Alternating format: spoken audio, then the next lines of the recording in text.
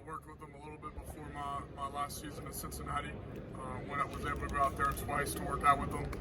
But being out there with the other guys that I'm with, it's a great atmosphere, great place to be. He makes it easy. What were some of the things that he's kind of focused on and just like areas of improvement for you working with him? Yeah, so the main thing is working from the feet. That's where a quarterback starts, especially in the throwing motion, to make sure everything's staying balanced, staying level, that my weight transfer isn't too far back or too far forward, and then stride length as well. So when I get into that overstriding position, that's sometimes where you see some of the inaccuracies.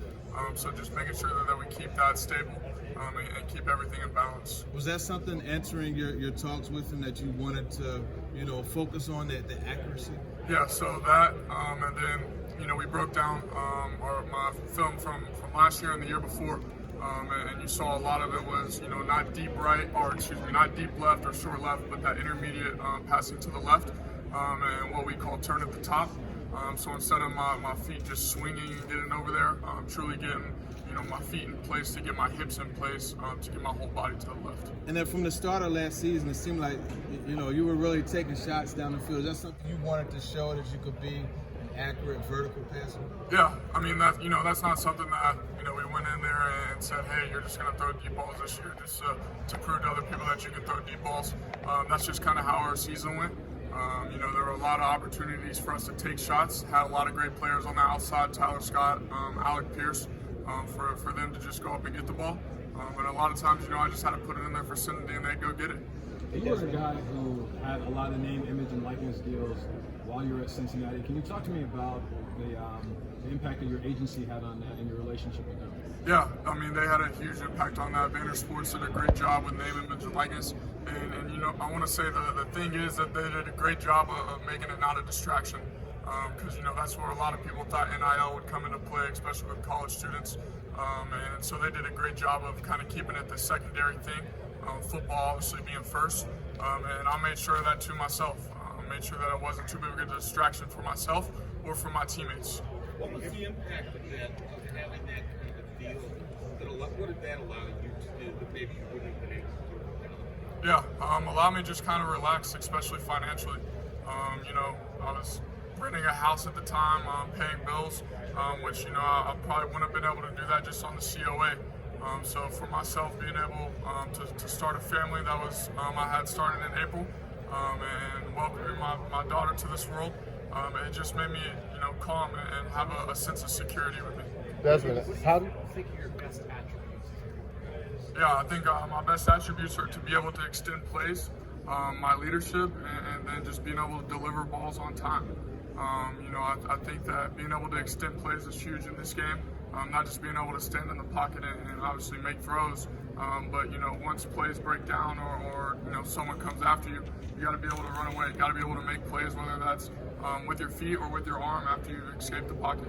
That's what the city of the buzz of the city, the atmosphere of the city was. You guys going to the playoffs, the Bengals making run to the Super Bowl. Yeah, so obviously, I wasn't there after January 1st, but before that, it was electric. For two teams to play as well as they did, it was just something that the city hasn't seen before in a very long time at least.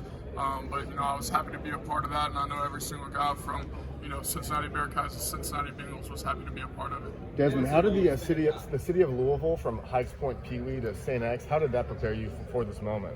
It prepared me a lot. I grew up playing Heights Point football ever since I was a little kid, where the helmet was bigger than my head, and then going to St. X, where it was one of the biggest schools in Kentucky, having a great head coach, Will Wolford, a great quarterback coach, Dave Nurnberg. They did a wonderful job of preparing me for the next level and in college, and I would never change anything I did about those two decisions. What is it about this stage, being able to prove yourself against some of these other quarterbacks who might be a little bit less experienced compared to you? Yeah, I mean, this is where I shine.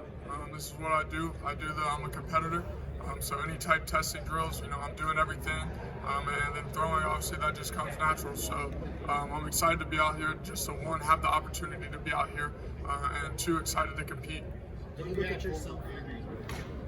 It was around like 7-8 teams, Carolina, Washington, Vikings, Pittsburgh. there's a handful of them. So Desmond, are you doing everything here? Yes, ma'am. Pretty much? Except bench press. Okay. Okay. As the most NFL ready prospect. Yes. Can you explain why? Yeah, I feel like obviously played 5 years. I think there might be a couple guys who also have played 5 years, but I have the most experience. I've played in many different situations over my 5 years at Cincinnati, and I just feel like I'm the most ready both mentally and athletically. You're looking at the highest ranks in this class in the draft picks are down on it. When we're talking to the quarterback class, we think the draft picks are sort of missing about what you guys are collectively. Yeah, I think we're all just hard workers and overachievers. I know a lot of these guys from either Carson Strong, who I'm staying with out in California, to meeting guys as Kenny Pickett, Malik, Sam. It doesn't matter. We're all overachievers, and we all feel like that. There's almost a chip on all of our shoulders just because we're saying that this draft class isn't as good as others and this and that. But I think you'll see a lot of success out of all of us in the league. Yeah, you had so much success in college, but how did you think you played against Alabama, and what did you learn from a game and an experience like that? Yeah, obviously can't say I played well because if I did, we would have won. But as a team, there were a lot of things in which I thought we could have done better. We killed ourselves a lot with momentum, having a lot of 3 and outs, not being able to move the ball, other than one of the first drives. But that was a great learning experience for not only myself, but our whole team and whole program as a whole, for them to go out there and reach that next level. But for myself, I just saw the competition that I was going to be facing at this level, and I just felt that I could play with any of them. You mentioned the chip on your shoulder. You weren't the highest ranked recruit. Did that fuel you to get to where you are today? Yeah, 100%. I look back on it now, and some of those guys that were above me when I'd either go to the Elite 11 or the opening or whatever it may be, and seeing those guys who were if I was number 3, they were 1 and 2. Just seeing where they're at now, and myself being where I'm at, I put in the hard work and time to be where I'm at, and so it just keeps me going day in and day out. What excites you about the NFL offenses that are taking place around the league now? Like, where do you envision yourself, and what type of offense? Yeah, just having control over it. I think being able to do a run play action, whether that's naked or just under center.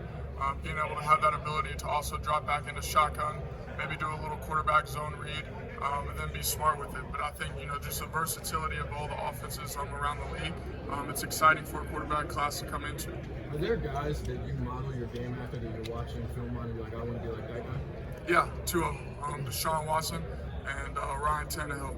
I feel like those 2 guys, if you put them together, you kind of get a little bit of me. But I have my game of my own, and my game will be my game. What do you feel are the similarities or likenesses, to Ryan Tannehill? Yeah, so 1, game manager. He's a great game manager. 2, his energy and passion that he brings to the game. I see a lot of similarities with that in myself, but being able to stay under control. 3 is leadership. He's been able to bring teams together and the longevity that he's been in the league and be successful with them. And then 4 is his ability to extend plays. Like I said earlier, that's huge in today's game, and he does a great job of it. Some people like that game manager, like they kind of scoff at that, but I mean, you mentioned that willingly. What is it about it that makes you just accept that as a possible title? Because everyone out here might not have all the stats and everything, but at the end of the day, all this is about is wins. Being able to win by 1 point or being able to win by 40 points.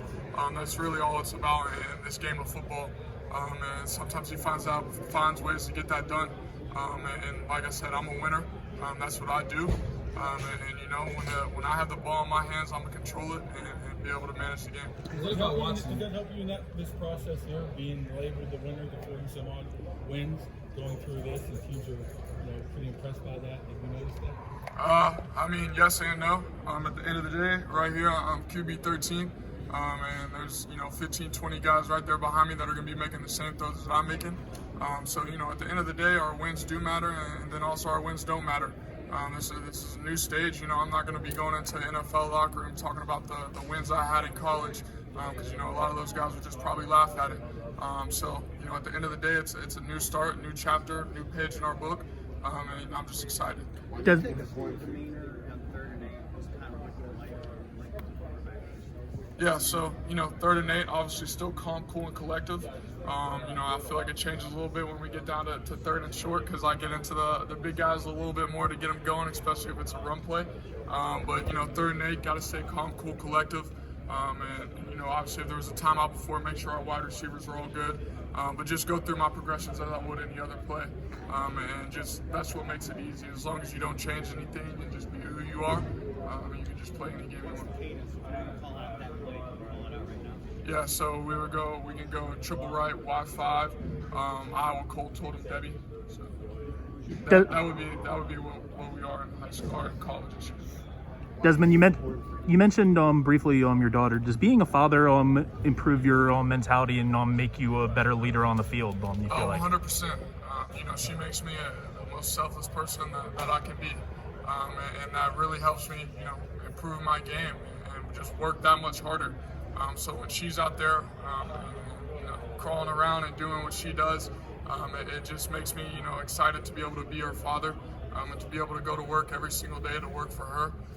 And so, my teammates may not know it, but they get all that hard work out because of her. Desmond, is there any doubt that soccer